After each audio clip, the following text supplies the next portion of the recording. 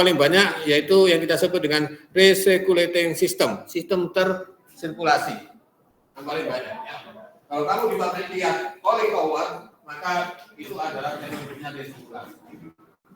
Ini biasanya ada tangki penampung, dipompa air pendingin, suhu katakanlah 30, masuk ke peralatan proses, mengambil panasnya, suhunya jadi 50, katakanlah di sini dibuang. Suhunya, entapinya dibuang, suhunya jadi 30 lagi dan dia berputar-putar terus. Ini yang disebut dengan proses resirkulasi. Kebanyakan industri seperti ini, termasuk di kita, di Thailand, kita punya cooling tower. Ada nanya? Nanya cooling tower nggak? Bawah di atas saja, tapi di atas kan nggak beroperasi. Belakang di bawah di luar disilasi. Kamu udah pernah tuh disilasi kan? Disilasi yang besar itu? Belum. Kita belum sadar Pak. Ya, keluar di ruang disilasi itu ada cooling tower. Ya, suplai air pendingin di cooling di fire plant itu kita pakai teknologinya dalam sistem resirkulasi. Pompa dari tangki masuk ke peralatan, suhunya tinggi kita buang suhunya terus kita berputar. Ya, selama berputar ini banyak proses air, maka kita perlu meter. Nah, ini yang paling banyak digunakan. Ada pertanyaan? Yang kedua adalah teknologi yang kita sebut one through system. One through system itu sistem satu kali lewat, satu kali pakai. Jadi air kita pompakan, masuk ke peralatan, air 30 derajat, masuk ke peralatan, mengambil panas, suhunya 40, kita buang langsung. Biasanya ini diterapkan di industri-industri di laut atau di pantai.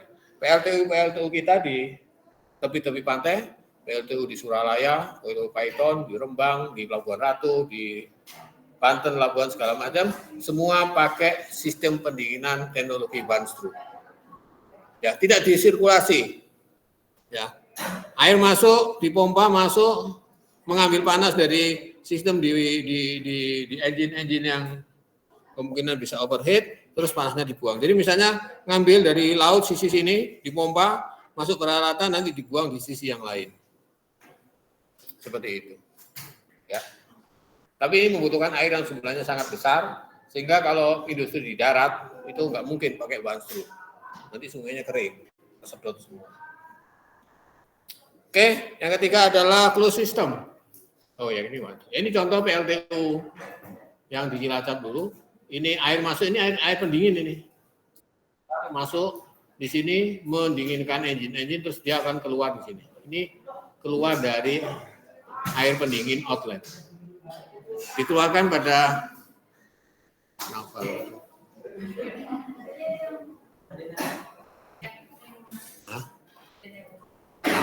penampakan itu. Ya, ini keluar. Nah, keluarnya harus tempat yang agak jauh supaya kalau air itu nanti disedot lagi ke sini suhunya menjadi normal kembali. Ya, ini di PLTU bentuknya relatif sama, ngambil air, mendinginkan engine di sini, terus dia dibuang di tempat yang agak berjauhan, langsung dibuang. Yaitu yang one through system. Kedua adalah closed system.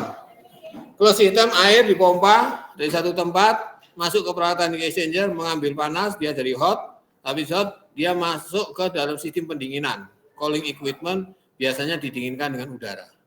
Ada fan dengan udara, dia melalui perjalanan yang cukup jauh, sehingga pada titik akhir suhunya akan kembali normal dan dia diputar-putar terus seperti itu.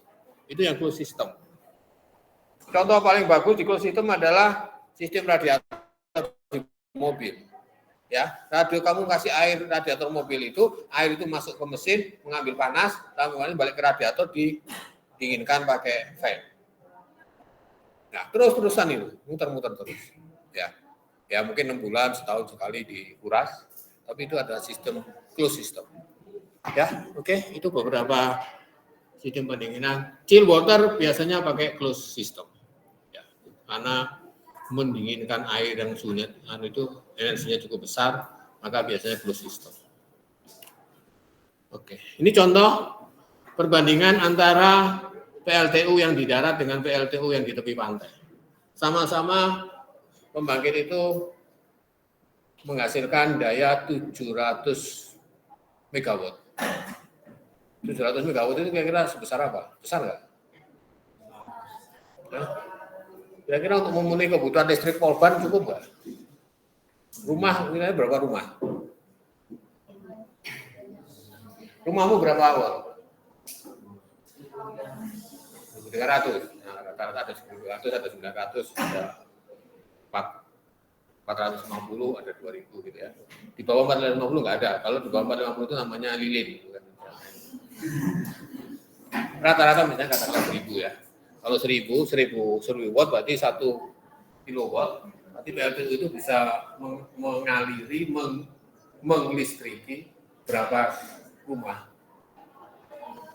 Kalau rata-rata satu rumah 1 kilowatt, berapa rumah? 200.000, besar ya. Kira-kira setengah penduduk Bandung lah. Itu PLTU. Cukup besar ya. Jadi saudara bisa kebayang 700 megawatt sendiri. Kalau di darat, dia kebutuhan make up botolnya itu cuma 3.000-an yang diambil dari sungai. Yang tersirkulasi itu tinggi ya, 71, tapi yang di make up yang diambil dari sungai itu 3.000-an meter kubik per jam. Pembangkit yang relatif sama di Muara Tawar, di Bekasi, di tepi pantai, dia pakai one screw. Ya, kalau yang atas itu pakainya ada sistem resirkulasi. Jadi make up waternya itu cuma 3.000 meter kubik per jam. Tapi kalau yang sistem one screw, dia ngambil dari laut, jumlah air yang diambil per jamnya 100.000. Jadi 30 kali lipat kebutuhan untuk pembangkit yang sama dengan teknologi yang berbeda. Yang satu pakai pendinginan tersirkulasi, yang satu one screw. Itu makanya butuh airnya sangat besar sekali. Ya, tapi kalau di laut ya nggak apa-apa butuh besar. Ngambil di laut nggak bayar. Tapi kalau di Polban pakai one screw ngambil air dari situ, ya langsung kering itu, sedot sekali sedot pompa kering gitu. Ya, jadi tergantung dari tempat. Oke. Ini struktur-struktur di cooling tower, kita usahakan di cooling tower itu terjadi luas antar fase dengan cara kita kasih media-media di dalam seperti ini yang kita berikan seperti ini. Ini yang ada di lab kita itu bentuknya kayak gini. Nanti kalau Pak Elvin kamu lihat di belakang cooling tower kita seperti ini. Ini cooling tower bentuk hiperbolik untuk kapasitas besar. Di Indonesia saya baru lihat satu di Muhammad Toha. Siapa orang Muhammad Toha pernah lihat itu nggak? Pernah lihat bangunan tinggi, butuh tinggi. Jadi jalan tol kelihatan tuh. Kalau kamu lewat jalan tol antara Buah Batu sampai Kuku, itu kelihatan foto laut ini. Saya baru melihat satu di Indonesia yang pakai hiperbolik. Itu kapasitas besar. Oke. Nah, kenapa air digunakan sebagai media pendingin? Ya. Yang paling diambil dari air, yang paling utama adalah yang kita sebut dengan kapasitas panas, CP. CP air itu ternyata cukup tinggi dibandingkan yang lain, dibandingkan freon. CP itu kalau kamu belanja daya tampung kalau CP itu daya tampung. Kayak kamu belanja itu keranjangnya. Kalau kamu belanja pakai keranjang kecil, kamu dapatnya sedikit. Kalau keranjang besar, kamu bisa belanja banyak. CP itu adalah keranjang kalor. Berapa jumlah kalor yang dia bisa serap per kilogram air? Ternyata CP air itu 5 kali lebih besar dibandingkan freon. 1 BTU untuk setiap pon semasa dia mampu menyerap 1 BTU. Kalau freon itu hanya menyerap 0,2. Artinya kalau keranjangnya besar apa? Kalau jumlah entalpi yang kita harus serap banyak, maka jumlah air yang kita sirkulasi tidak terlalu banyak. Tidak sebanyak kalau kita pakai freon berarti 5 kali lipat. Itu yang disebut dengan kapasitas panas, kemampuan dia untuk menyerap panas. Ya kamu udah sering di neraca energi MCP, DT, bla bla bla ya. Kamu kalau diamati CP air ternyata besar. Air berada dalam fase cair pada rentang suhu yang besar, viskositas rendah. Kenapa kalau viskositas rendah menguntungkan sebagai air pendingin? Ini kenapa? Gampang dialirkan. Terus ada lagi yang lain? Apa? Tidak mudah blocking. Terus energi pompanya rendah. Kamu waktu belajar OTK 2 kan, kalau viskosnya tinggi, maka pressure drop-nya akan besar. Kalau gaya geseknya besar, pressure drop-nya besar, sehingga dibutuhkan pompa yang besar. Padahal kita harus mensirkulasi setiap saat. Kita membutuhkan pompa. Sehingga kalau kita misalnya media pendinginnya adalah oli gitu ya, berat sekali. Dengan debitnya besar, butuh energi pompanya besar. Ya itu kenapa air pendingin. Oke, tapi ada kelemahannya. Kelemahannya apa? Kelemahannya adalah tentunya seperti di boiler, air itu banyak mengandung pengotor, ada gas-gas, ada pengotor endapan-endapan dan segala macam. Cuma yang tolong dipahami bahwa persyaratan untuk air umpan boiler, persyaratan untuk air make up cooling tower tidak sebaik, tidak seketat untuk boiler. Ya, tidak seketat kemarin boiler kita teknologinya bisa macam-macam, kesadarannya harus nol dan segala macam. Tapi kalau di air pendingin enggak. Walaupun kamu tetap aja nggak boleh pakai air sebelah itu, sungai sebelah kamu pakai air pendingin. Ya itu kotor banget gitu. Jadi contoh persyaratan air pendingin. Ada turbidity 10 nggak terlalu ya.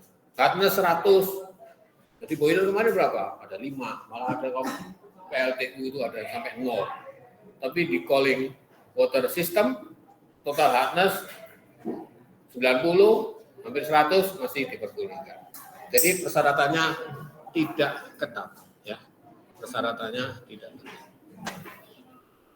Nah, kita sering di dalam pengolahan air di air pendingin, kita sering orang pabrik sering harus mengetahui apakah air ini kalau saya pakai cenderung menimbulkan korosif atau cenderung akan menimbulkan kerak di dalam boiler.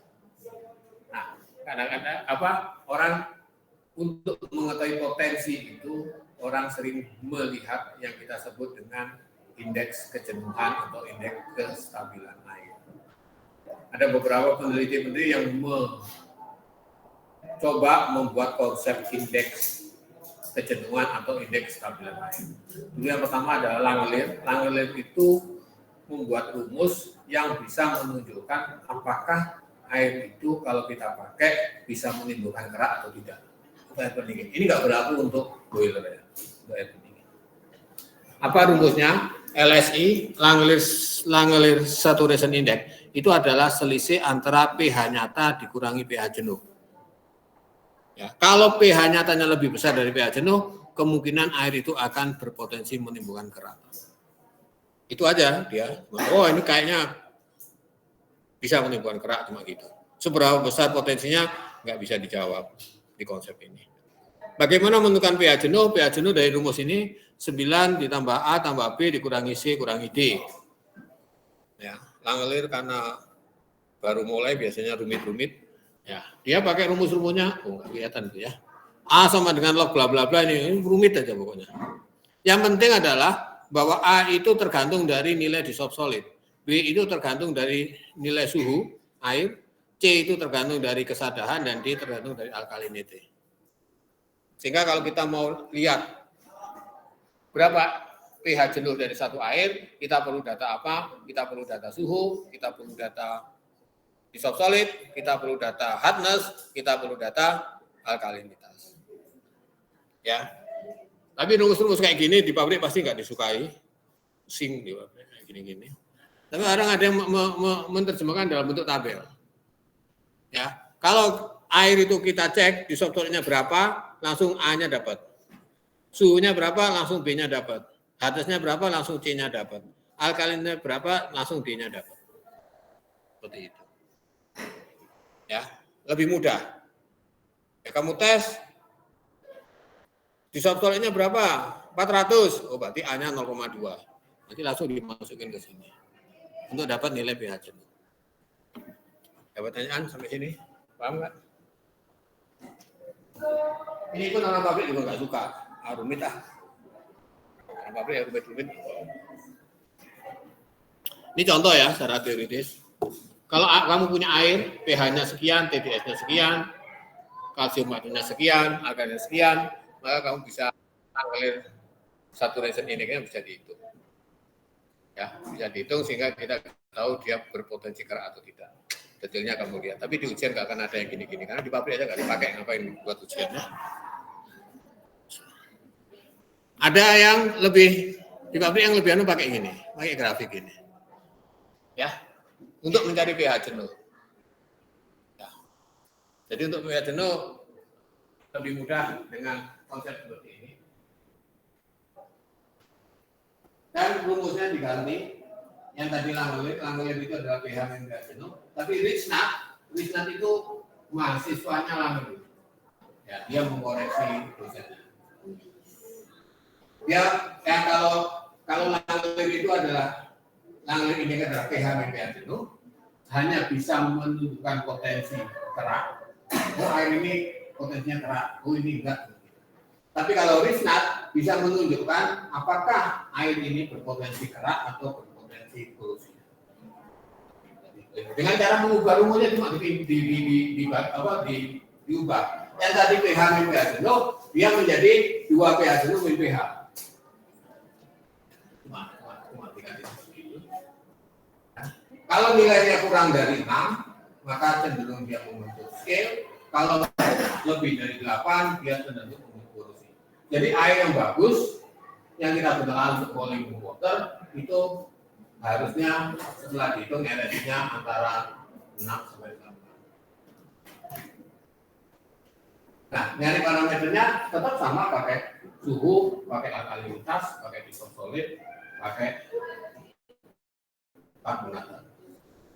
Nanti pakai itu untuk membuat potensi. Ini hanya mengira-ngira ya, bukan perhitungan eksak. Oke, nah ini Richnat kira-kira. Nah dia bikin kurva seperti ini. Ini nilainya. Richnat itu antara 3 sampai 13-an kira-kira. Hampir kayak nilainya pH. Richnat itu, RSI itu. Kalau air kamu berada di antara 6 sampai 8, ini dibilang stabil zone. Zona stabil ini bagus, air kamu berarti bagus. Tapi kalau kamu hasil air setelah dihitung Richnatnya 4, berarti dia berpotensi scale. Tapi kalau setelah dihitung kira-kira 12, maka berpotensi korosif. Nah, sehingga kalau berpotensi korosif, apa tindakannya? Kalau berpotensi scale, apa tindakannya? Tindakannya ya bagaimana mengubah dissolved solid, hardness, alkalinity, suhu, dan segala macam. Kan menyebabkan korosif, menyebabkan kerak, atau aman?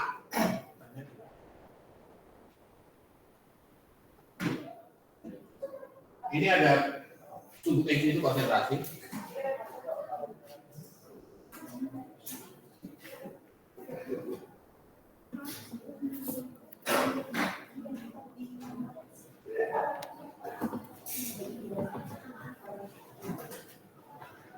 Ini konsentrasi.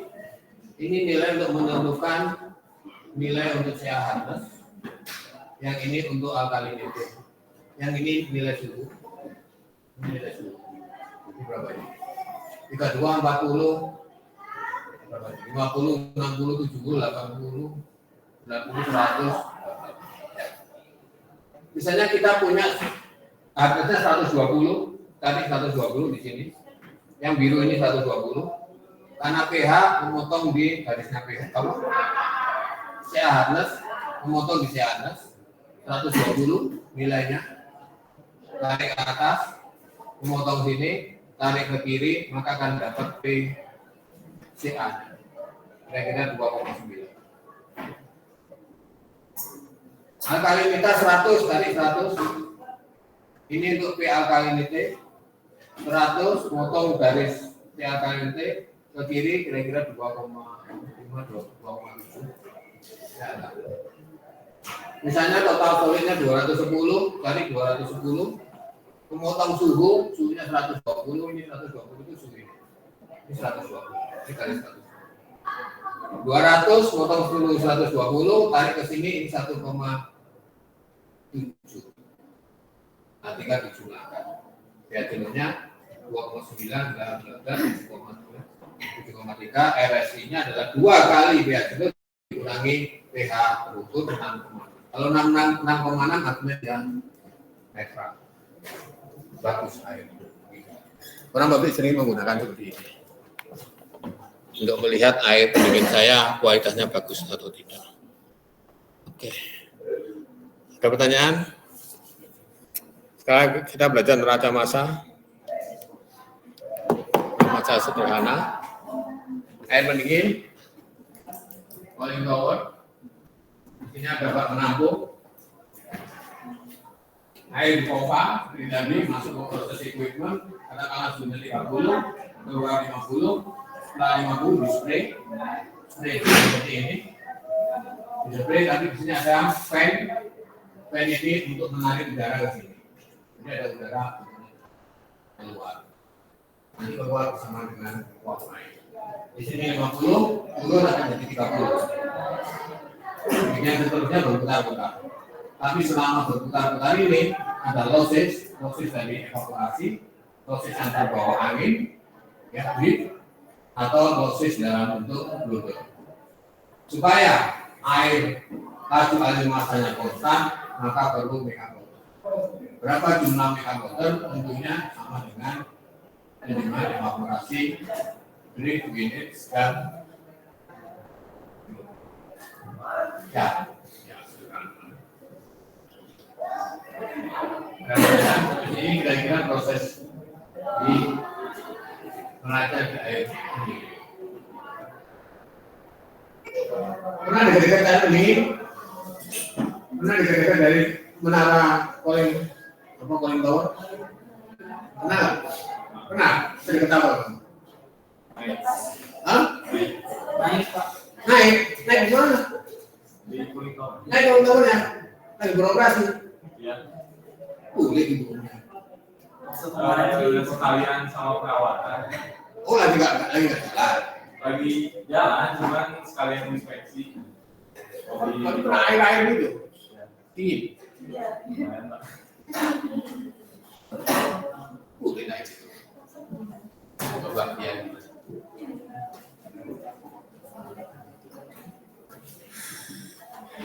Air masuk katakanlah 50. Nanti netes ke bak penampung. Kamu lihat bak penampung juga nggak di bawahnya? Ada. Masuk kamu ke bak penampung.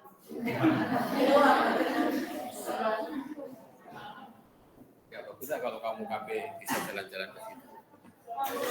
Ya, coba penampung. Nah, sekarang adalah kenapa air yang saya spraykan dari atas ini sudah mengambil entalpi suhunya katakanlah 50 atau 45. Setelah di-spray di dalam cooling tower, keluar suhunya sekitar 30, 28, 27, 25 kadang-kadang. Kenapa bisa dingin? Hah? Kalau kontak dengan udara segar bisa dingin. Terus karena di-spray gitu Pak, jadi si kecil-kecilnya itu bakal kecil-kecil gitu Pak. Terus kalau kecil bisa dingin. Kenapa airnya jadi makin besar? Jadi makin besar terus bisa jadi dingin. Kenapa bisa dingin? Karena ada perpindahan panas ke udara. Dia mentransfer panas ke udara. Ya. Jadi kira-kira suhu air di sini kamu tahu berapa di sini? Pernah nggak kamu ukur? Tapi dingin. Dingin. Kamu pegang. 25 katanya. 25. Ini 25 ya. Terus suhu udara berapa di sana? Kamu di mana kamu? Jangan Gunung Salak lah. 40, 31, 32 gitu. Ya. Hah? Mana kamu? Hah? Oh iya, namanya. Coba suhu 38 masuk sini. Apakah mungkin airnya jadi 25? Ya, media pendingin, udara ya pendingin, mendinginkan air dengan cara perpindahan panas. Kalau secara teori tidak mungkin dia mempunyai suhu lebih dingin dibandingkan yang didinginkan. Ya nggak? Nggak mungkin. Masa udara yang 30 derajat atau 32 mendinginkan air yang 50 sampai airnya lebih dingin dibandingkan udara? Nggak mungkin itu. Secara perpindahan panas nggak mungkin. Kok bisa panas berpindah dari suhu rendah ke suhu tinggi? Ya nggak? Ya terus kenapa? Kok bisa dingin dia? Apakah di dalam ada orang jualan es batu? Karena ada itu Pak, kan jatuhnya dari atas Pak. Ya jatuh pasti dari atas. Ada kecepatannya Pak. Ada kecepatan tertentu jadi udara yang juga Iya udaranya lebih tinggi. Kenapa airnya jadi lebih? Masih ada kecepatan itu, ada pengaruh kecepatan jadi si air itu lebih cepat kan turunnya. Iya lebih cepat turunnya, tapi kok bisa lebih dingin? Apa? Ada? Fan? Iya, ada. Terus dengan kipas kenapa bisa lebih dingin?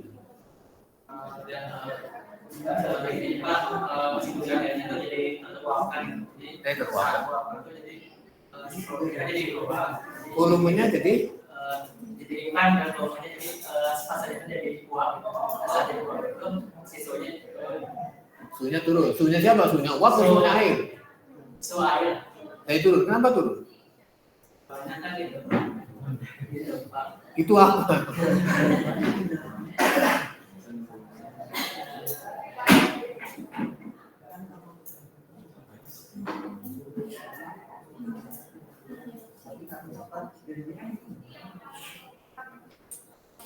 Mana kok cepat jadi dingin?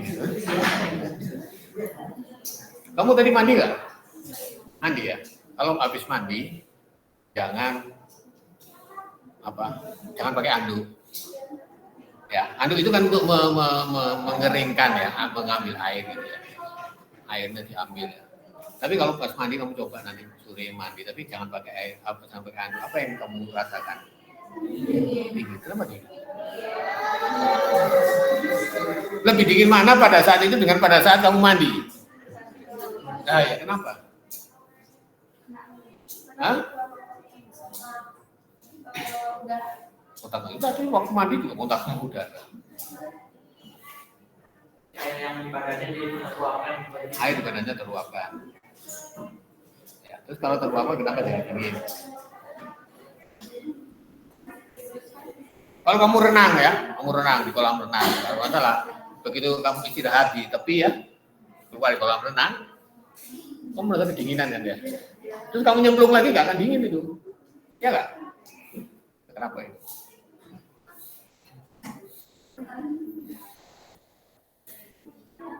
Jadi kalau kamu habis berenang keluar dari bak itu tubuhmu berlumuran air, terus kamu di pinggir itu kan terus kering kan ya, kering, dingin berarti. Tapi kamu nyemplung lagi nggak akan dingin itu. Itu fenomenanya kayak gitu. Sama fenomena kamu di kamar mandi. Sama dengan fenomena kamu netesin alkohol di sini, sesuatu yang mudah menguap, kamu tetesin, akan merasa dingin di tempat alkohol. Ya nggak? Mau pernah nggak? Coba gitu. Nah, seneng banget.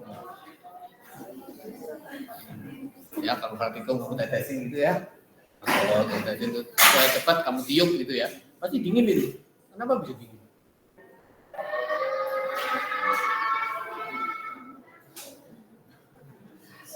Kenapa? Antara air liquid dengan air di fase gasnya, entalpinya besar mana?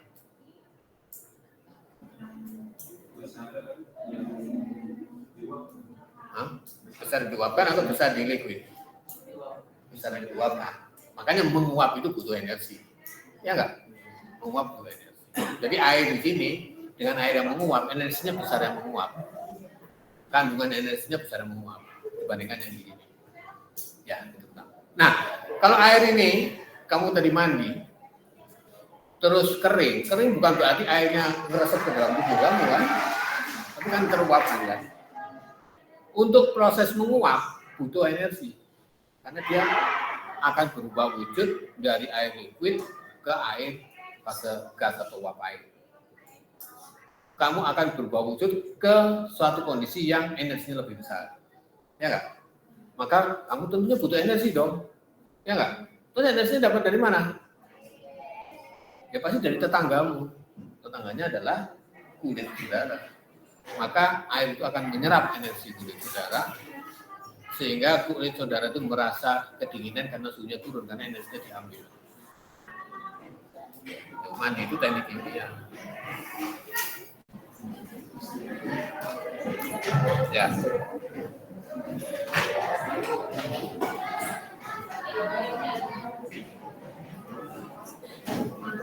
Jadi kalau ada air mau masuk ke cooling tower, ada 100 air. Sebelum masuk cooling tower itu dia rapat dulu. Siapa yang mau menguap? Siapa yang mau jadi air? Oh enggak, saya mau menguap. Ada 5 yang mau menguap. Saya nggak mau. Nah, kalau yang mau menguap, sudahlah, apa saya menguap. Saya kasih modal, kasih energi. Ya, yang nggak mau menguap berubah energi. 95% air yang nggak menguap menjadi liquid, dia akan memberikan energinya ke 5% yang akan menguap. Sehingga 95% itu energinya berkurang dalam bentuk apa? Sensitivity.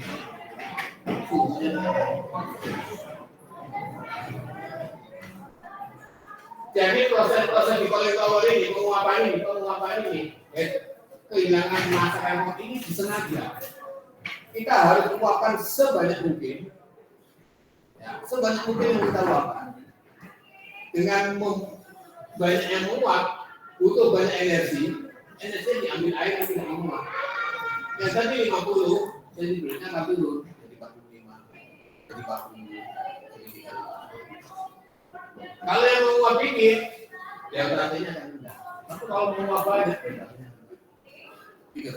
Jadi sebagian besar proses pendinginan di sini karena proses perpindahan massa, karena penguapan yang membutuhkan energi. Walaupun ada juga perpindahan panas, tapi sedikit. Karena di sini 30 derajat, ini keluar 50, pasti ada transfer. Tapi kalau hanya perpindahan panas saja, nggak mungkin dia dihasilkan air di bawah 200. Jadi sengaja di dalam cooling tower itu kita evaporate sebanyak mungkin supaya ini menghasilkan suhu yang rendah. Maka struktur-strukturnya di dalam kita usahakan banyak struktur untuk memperluas luas kontak antar fase supaya lebih banyak yang menguap. Jadi sengaja diuapkan itu. Sengaja diuapkan. Secara teori, setiap 1% air debit terresirkulasi itu yang menguap, itu akan menurunkan suhu air liquid sekitar 5 derajat. Jadi orang akan sengaja menguapkan sebanyak mungkin. Ya, dengan cara kontak antar fasenya sebesar mungkin. Terus gas pembawanya adalah udara dengan kita sebut pakai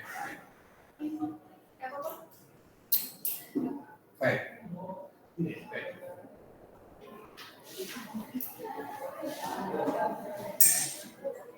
Ya, jadi kalau ini misalnya 100 liter per detik, kalau saya uapkan 1 liter, 1%, maka kalau 650 akan jadi 45.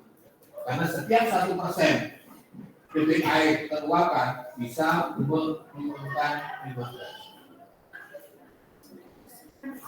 Orang-orang dulu kalau minum kopi panas suka dituang gini kan? Itu apa? Supaya ada penguapan. Ya, akan itu dingin kan? Kalau minum, makan Indomie juga suka dinaikin ke atas, belok banyak yang keluar. Jadi itu dingin kan? Karena proses penguapan itu mengubah fase liquid dari bawah ini membutuhkan energi, energinya diambil dari sekitarnya itu, sehingga yang tidak menguap energinya akan turun dalam bentuk suhunya. Jadi sirkulasi 1% menguap turun 5 derajat. Naik 2% turun 10 derajat. Jadi 3% 15 derajat. 10% 50 derajat. Jadi 50 keluar 0, keluar S1. Mungkin nggak kita bersuap-suap bagi sampai 10% gitu? Hah? Proses perpindahan itu selalu menuju ke arah kesetimbangan. Kalau kamu kayak gini, pasti bisa menguap itu. Baju kamu basah di sini, setelah 2 jam mungkin kering, karena menguap. Ya, ada masa air yang berpindah ke fase. Tapi di sini kalau ada 1000 orang bajunya basah, di sini mungkin nggak kering-kering, karena di sini ini sudah penuh dengan air. Penuhnya kapasitas air di dalam udara itu yang kita sering sebut dengan apa? Kelembapan relatifnya 100%. Ya. Jadi kalau kelembapan relatifnya 100%, itu tidak akan kita bisa menguapkan air. Jadi itu kalau 1% mungkin masih 2%, tapi mungkin 3% ini udah jenuh. Kelembapannya di sini udah 100%, ini udah nggak bisa. Kalau tidak bisa menguap, itu adalah batas maksimum penurunan air. Kelembapan 100% itu kalau diidentifikasi dicapai pada suhu yang kita sebut dengan suhu bola basah. Wet. Tapi nggak suhu bola basah. Suhu wet bulb temperatur. Suhu di mana kondisi udara dengan relatif humidity 100%. Kamu camping di Cikole, udaranya basah 100%, kamu bajumu basah, nggak akan kering-kering. Nah, suhu pada saat itu kita sebut dengan wet bulb temperatur. Suhu bola basah. Oleh karena itu, secara teoritis, cooling tower itu mampu mendinginkan air, maksimum adalah hanya sampai suhu bola basahnya. Biasanya sekitar 20, 21, 22, itu suhu maksimum. Nggak akan mungkin lebih rendah dari itu. Jadi kalau kamu disuruh evaluasi sini pendinginan di cooling tower, suhunya gini, kamu cek nanti suhu bola basah, pernah ngukur suhu bola basah kan? Ini pernah, ini nggak pernah, gimana itu? Kamu pernah gimana? Ayo kamu nggak pernah kamu,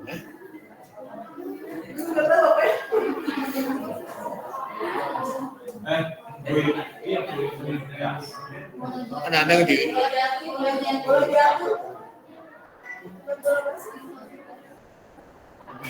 ya biasanya diputar-putar itu, kasih kapas, diputar-putar.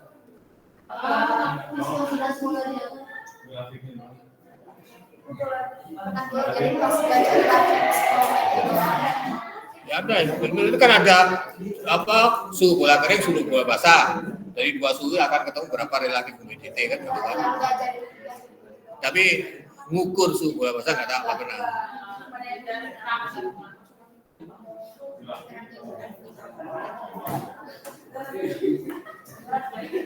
Kalau dulu ya ada, kalau saya yang dulu sebelum kan ada alat yang bagus. Kalau dulu saya ya termometer dikasih kapas basah, nah terus diputar-putar itu. Saya di situ yang ditunjuk adalah kapas yang sudah jenuh air. Suhunya berapa itu suhu bola basah. Suhu di mana kelembapannya 100%. Sudah tidak ada yang bisa menguap karena sudah penuh dengan air di fase udara. Itu namanya suhu bola basah. Cerah. Meningkatkan persentase penguapan itu pakai mendekatkan kontak. Emang perusahaan kontak. Perusahaan kontak yang paling itu. Ya, perusahaan kontak paling, makanya di dalam ini ada memperbesar kontak dengan cara, nah seperti ini dalamannya, display kecil-kecil, terus ada isian, ya, seperti itu. ada isian kayak gini untuk memberikan kontak antar fase antara liquid dengan udara itu sebesar mungkin. Sehingga kalau sebesar mungkin pintu untuk menguap itu lebih banyak, gitu loh. Lebih cepat, lebih banyak. Pintu untuk menguap itu kan luas kontak antar fasenya.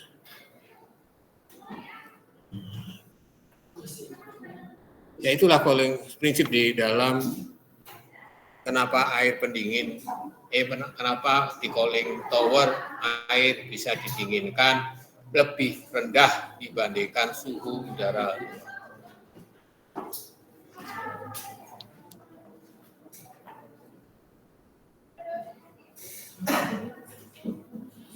Ini perhitungan siklus. Nah ini kamu baca sendiri aja lah ya, gampang. Nah ini PNID untuk cooling water system.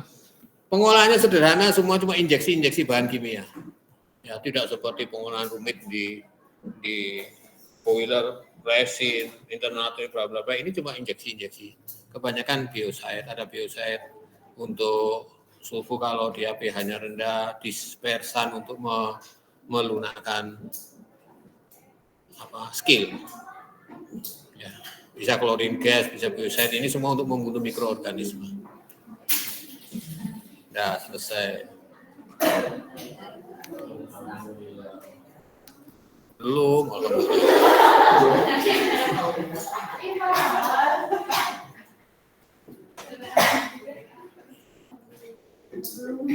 ya, ini ya, air masuk ke exchanger 1, 2, 3 tergantung alatnya apa saja yang dibayar kita. Setelah itu keluar suhunya tinggi, di spray masuk ke sini belum kekurangan untuk backup.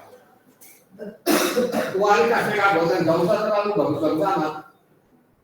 Walaupun misalnya lupa katanya oksigen korosit, maka ini kabotannya saya ambil dari setelah dikasih banyak di boiler supaya oksigennya nol. Ya percuma. Begitu kamu taruh sini satu siklus kamu spray di sini oksigen langsung situ. Makanya nggak pernah orang pakai oksigen. Oh, buat apa? Kalau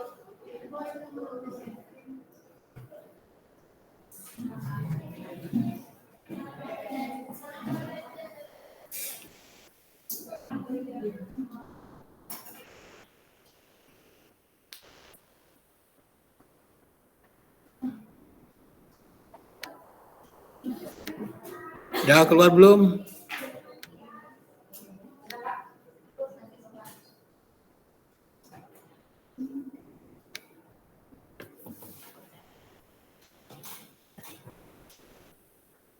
Ya, jadi kita tidak pernah mensyaratkan backup water untuk sistem cooling tower ini air yang sangat bagus. Oksigennya nol. Buat apa oksigen begitu kita spray langsung tinggi. Kalau dibalik langsung tinggi. Buat apa itu namanya uang, ya. Nah, kalau di dalam boiler, city boiler, kenapa pengolahannya baik? Karena dia ada pengotor dari minyak boiler, ada pengotor dari diolah. Tapi kalau di dalam cooling tower, ya ini adalah pengotor. Tapi dominan pengotor bukan karena ini, tapi karena operasional pengotor. Itu yang menyebabkan air kotor. Air display dari atas, terus di sini fan menyedot air, menyedot udara, jalan ke sini. Terjadi kontak antara air dengan udara. Kamu tahu udara di pabrik, udaranya kotor. Sehingga di sisi lain sebenarnya kontak antara air dan udara ini disarankan seperti membersihkan udara. Karena kotor tidak termasuk saja air, udaranya di sini bagus. Ya kan? Udara kayak hujan bisa jadi udaranya bersih. Ini lagi itu. Jadi kalau di kolong itu nanti ada putih-putih gitu ya, putih warna air gitu. Terus kalau kamu, misalnya kamu di LSM, wah itu ada pencemaran itu, banyak pasir gitu. Nah ini buat bersih. Oh air. Dan ada orang awam nggak tahu, buahnya kelihatan, ngepul gitu, atau putih. Itu buat air, nggak ada gasnya itu malah ini dibersihkan sama air. Spray. Nah, udara banyak mengandung mikroorganisme, ada gas-gas, ada Kemarin kita juga belajar debu-debu segala macam. Begitu masuk ke sini, dispray sama udara, dispray air, maka terjadi proses perpindahan pengotor yang dari udara ke air. Maka ini sebenarnya penyebab pengotor itu dominan, bukan dari air. Karena itu kita nggak perlu bersih-bersih amat. Lebih bersih seperti yang di gasifier, di boiler, kita pakai ini, satu kali spray langsung kotor semua. Itu ya. Selanjutnya adalah kalau kita bicara tentang boiler, kita lebih banyak mengkhawatirkan boilernya. Korupsi itu di boiler. Tetapi kalau di cooling tower, kebanyakan dia adanya pengotor, ada masalah di air yang dimasalahkan bukan di ini, tapi di isinya. Kemarin cooling tower kamu terbuat dari apa? Stainless steel? Konstruksinya? Besi biasa aja kan? Besi biasa. Karena pakai kayu. Ya, ada lembut dikit-dikit ya tetap biarin. Nggak seperti di boiler, kalau boiler permasalahan itu banyak terjadi di boiler, ya kan? Tapi kalau di sistem air pendingin, kalau kamu tidak kendalikan walaupun tidak seketat di dalam steam, pengotor yang ada ini dapatnya lebih banyak dirasakan di sini. Hari-hari, makanya sering orang harus cleaning hari. Bukan di sini.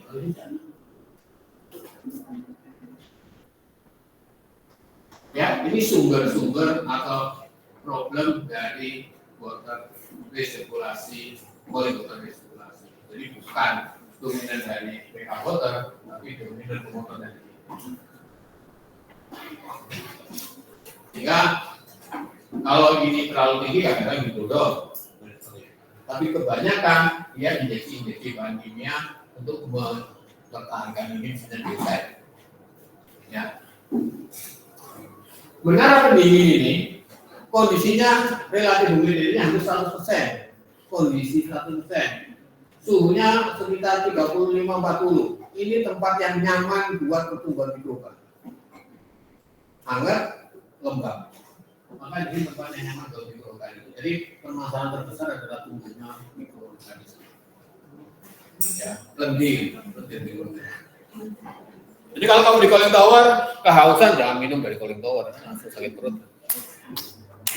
Mikrobanya paling banyak. Jadi kebanyakan permasalahan itu di situ. Karena kondisinya hangat-hangat, lembab, itu habitat yang cocok buat perkembangan mikroorganisme.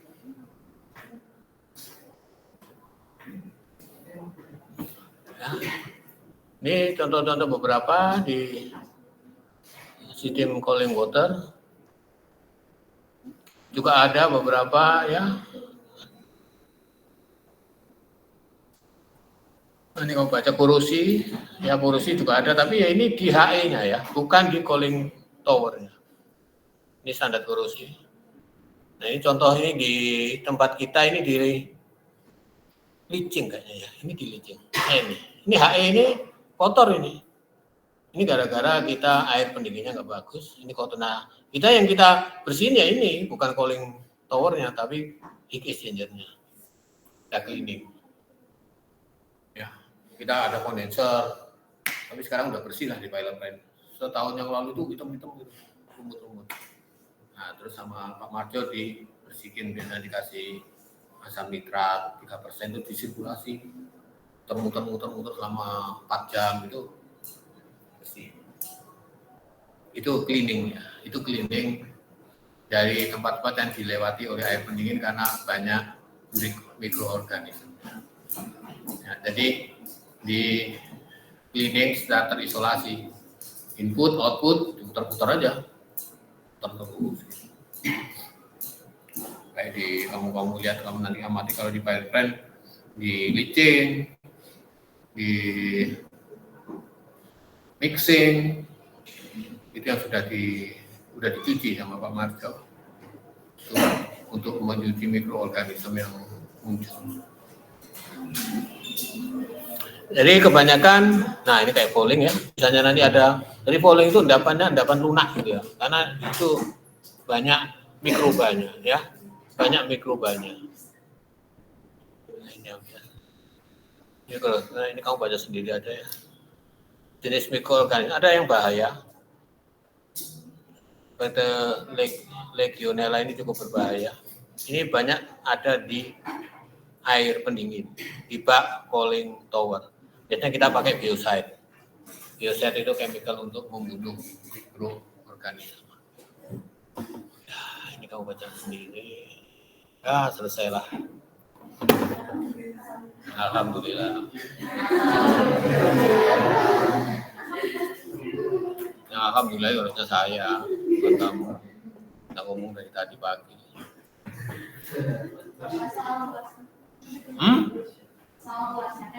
Ya Pak, tadi contohnya. Ya, ini misalnya ini. Hah? Ya, kalau mau PG boleh. Dalam hal ketersediaan air melimpah dan kendala suhu keluaran tidak dipermasalahkan, maka industri memilih sistem cooling waternya jenis apa? Open circulation, closed circulation, wash through atau counter current cooling. Penurunan suhu air pendingin di menara pendingin disebabkan oleh perpindahan panas dan penguapan. Dah dapat A udah.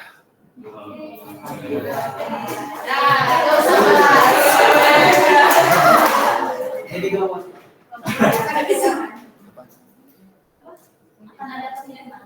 Hah? Ya, orang soal selesai bikin mau hitungan.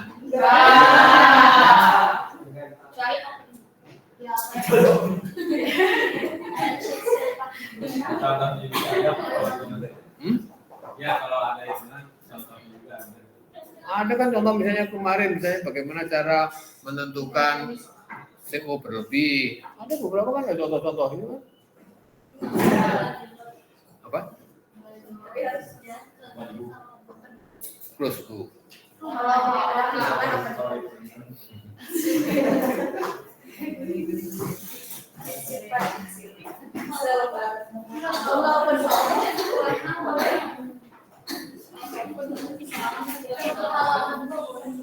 Apa? Enggak.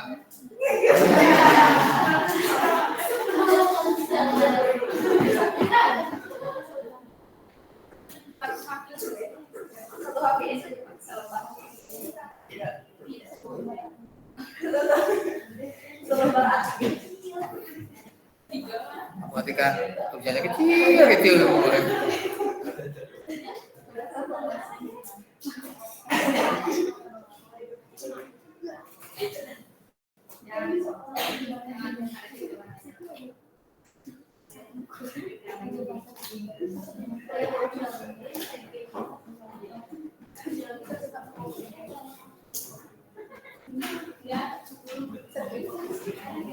Ya, ada pertanyaan nggak kamu?